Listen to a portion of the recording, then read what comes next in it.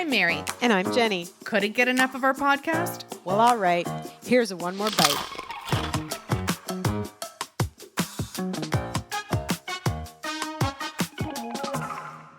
So when it comes to good health, what foods should we be fueling with, either pre or post workout or just in general?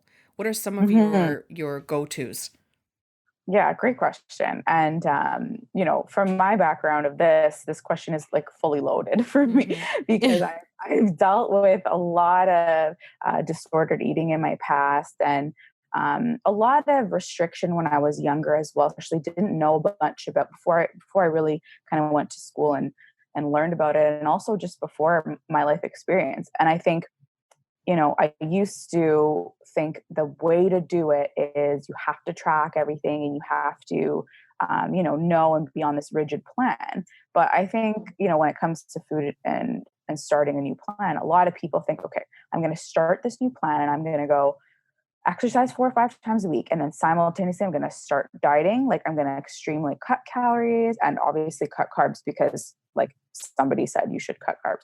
And this actually leaves the body so underfed. Like think about like a car, okay? Like you're low on gas, but now on top of this, you're going to go on the weekend, you're going to go on a road trip and you're going to drive like so many more kilometers than you're used to.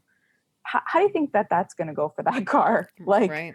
it's not going to go well. Exactly. And I think focusing instead of cutting everything, like focus on the quality of the food you're eating. Don't completely cut carbohydrates. Never do that. Don't only eat 1,200 calories. It's not nearly enough. Don't restrict certain food groups, but like do focus on getting good, high quality, organic fruits and vegetables, fresh foods that are literally giving your body life. For women, especially, one of the biggest things I suggest is making sure that you're getting enough protein. Because it is the building block of your muscles. To maintain or build muscles, you need protein. And it doesn't have to be necessarily meat source of protein. If you like that, great. But there's tons of like non-meat sources of protein. And then you need carbohydrates in the right amount and the right balance to give you energy for working out, for repair and recovery.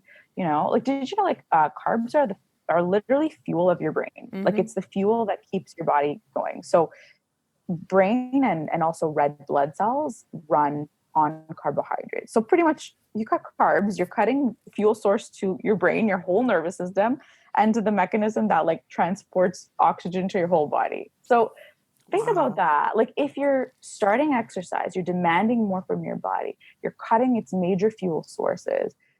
No wonder you feel lethargic. No wonder you feel like this sucks. I don't want to do it anymore.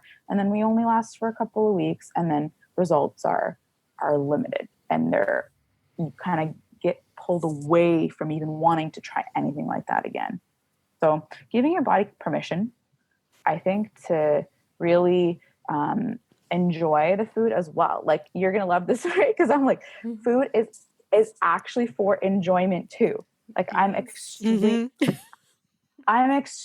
against the sentiment food is fuel.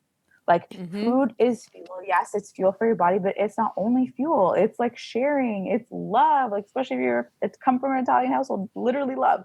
It's quality time with your friends, right? Like it's being creative. Cooking is being creative. Like they're all important. It's not just like the shaming with the sentiment food is fuel, like needs to stop. It is more than that. It's okay to enjoy food and it's what makes us happy as well. So a good balance is important. That was strength and conditioning coach Angela Ferfaro. Pretty tasty stuff, right? Didn't catch the whole conversation?